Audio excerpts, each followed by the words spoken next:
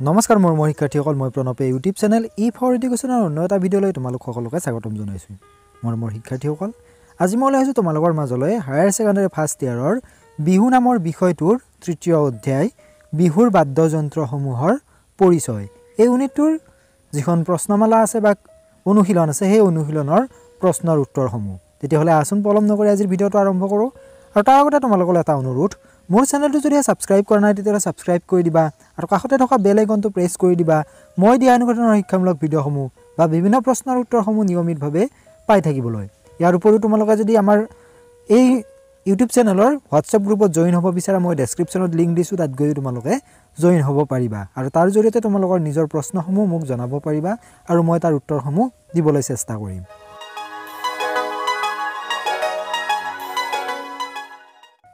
প্ৰশ্ন নম্বৰ 1, বিহু বাদ্য কি কি আৰু তাৰে কোনকেইটাক বিহুৰ পঞ্চবাদ্য বুলি কোৱা হয়?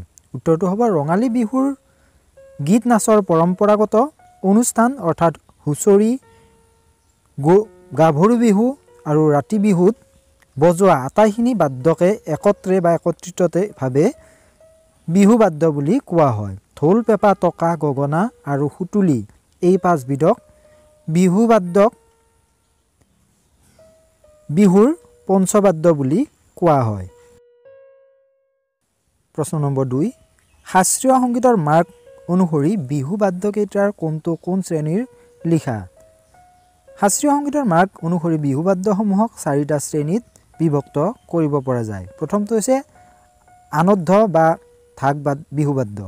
ড্ৰাম বা ঢাক বা খোল একোটাৰ এটা বা দুয়োটা মূৰত জন্তুৰ ছাল লগাই তৈয়াৰ কৰা বাদ্যযন্ত্ৰকে আনদ্ধ শ্ৰেণীৰ বাদ্য বুলি কোৱা হয়। এনেকৈ লগোৱা ছালত হাতেৰে বা মাৰিৰে আঘাত কৰি এনে বাদ্যৰ ধ্বনি উৎপন্ন কৰা হয়। ঢোল এই শ্ৰেণীৰ বিহু বাদ্য। খোল, নাগাৰা, মৃদং, থেপা ঢোল, পাতি ঢোল, গ্ৰাম আদিও আনদ্ধ শ্ৰেণীৰ বাদ্য। দ্বিতীয়বিধ হৈছে ঘন বিহু বাদ্য। পাৰস্পৰিক আঘাত কৰি নাইবা ঘৰ্ষণ কৰি যিবিলাক বাদ্যযন্ত্ৰৰ ধ্বনি উৎপন্ন কৰা হয় সেইবিলাকক ঘন বিহু বাদ্য বুলি ধৰা হয়। টকা, তাল এই শ্ৰেণীৰ বিহু বাদ্য। তৃতীয়টো হৈছে সুশীৰ বিহু বাদ্য। ফু দি বজোৱা বাদ্যবিলাকক সুশীৰ শ্ৰেণীৰ। পেঁপা, সুতুলি আৰু বাঁহী এই শ্ৰেণীৰ বিহু বাদ্য। চতুৰ্থটো হৈছে তৎ বাদ্য। তত্ত্বৰ কম্পন সৃষ্টি কৰি বজোৱা বাদ্যসমূহে হ'ল তৎ বাদ্য। গগনা এই শ্ৰেণীৰ বিহু বাদ্য। কুৱেশ্যন নম্বৰ 3, ঢোলৰ এটি চিত্ৰ অংকন কৰি ইয়াৰ বিভিন্ন অংগসমূহ নিৰ্দিষ্টকৈ দেখুওৱা। ইয়াৰ উত্তৰটো তোমালোকে নিজে অংকন কৰি ল'বা আৰু ইয়াৰ যিবিলাক অংগ আছে সেইসমূহ মই চিনাক্ত কৰি দিছোঁ, নিজে অংকন কৰি এইখিনি লিখি ল'ব পাৰিবা। প্ৰশ্ন নম্বৰ 4, পেঁপাৰ অংগকেইটাৰ নাম লিখা। ইয়াৰ উত্তৰটো হ'ব পেঁপাৰ 4টা অংগেৰে গঠিত। সেইকেইটা হ'ল থোলা, থুৰি, গপ আৰু চুপহী। প্ৰশ্ন নম্বৰ 5, পেঁপাৰ প্ৰতিটো অংগৰে চমু পৰিচয় দাঙি ধৰা।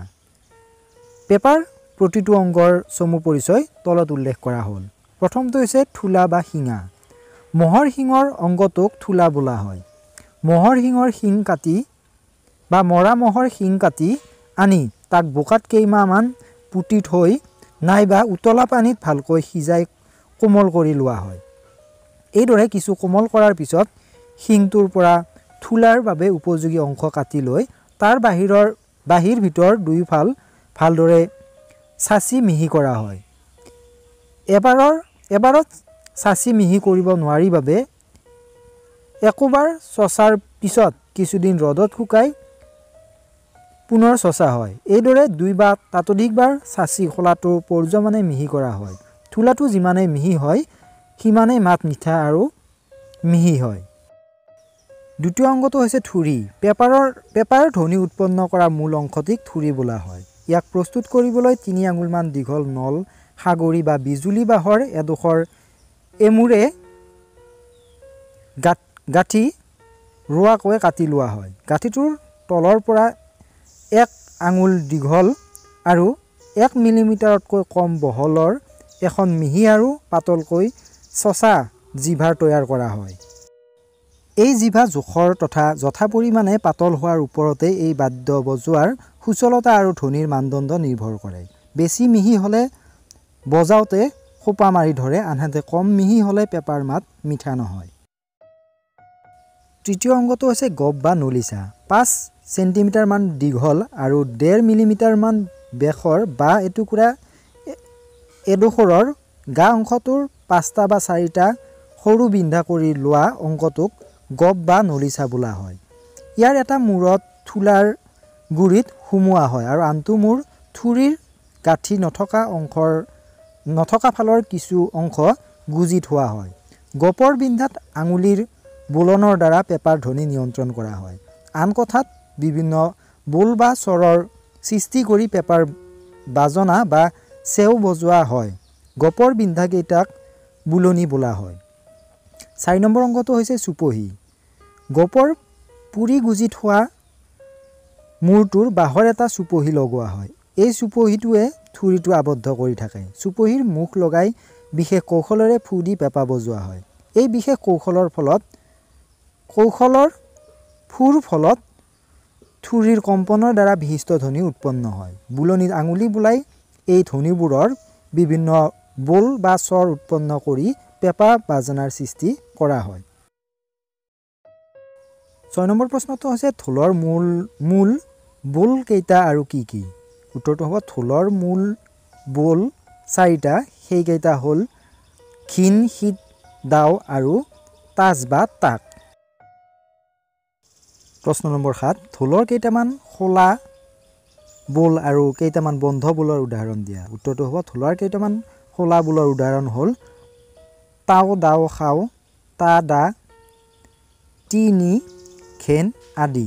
ঢোলৰ কেইটামান বন্ধ বোলৰ উদাহৰণ হ'ল দিক, তাক, শাক আদি। প্ৰশ্ন নম্বৰ 8, বোলযুক্ত বোল কাক বোলে? ঢোলত উৎপন্ন কৰা 10টা যুক্ত বোলৰ উদাহৰণ দাঙি ধৰা। উত্তৰটো হ'ব তালিত হাতৰ তলুৱাৰে আৰু কোবনিত মাৰেৰে আঘাত কৰি উৎপন্ন কৰা বোলক যুক্ত বোল বোলে। ঢোলত উৎপন্ন কৰা 10টা যুক্ত বোলৰ উদাহৰণ হ'ল ঘিনাও, সীতাও, সীসাও, উদাও, ৰিতাও, দিদাও, ধিনাও, ঘেনাও, ধিনদাও, ঘেনদাও, তাকি, দাসী ইত্যাদি।